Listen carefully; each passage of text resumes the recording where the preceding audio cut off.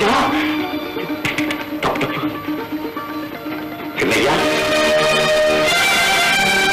ஐயா